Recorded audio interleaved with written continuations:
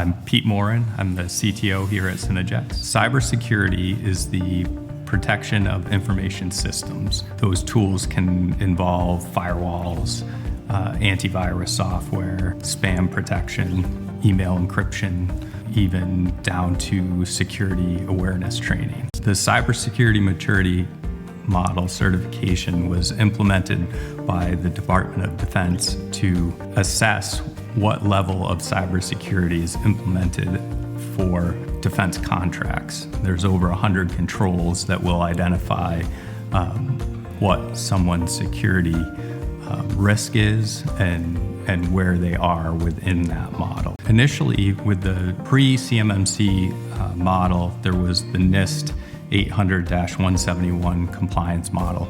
This was a self-assessment that was implemented by the DoD. Most organizations were not actually implementing what was asked of them. So the CMMC model put together, first you would do a paid assessment and then a certification. It's very important for those organizations to make sure they're at the highest security level so that they can continue to get those contracts.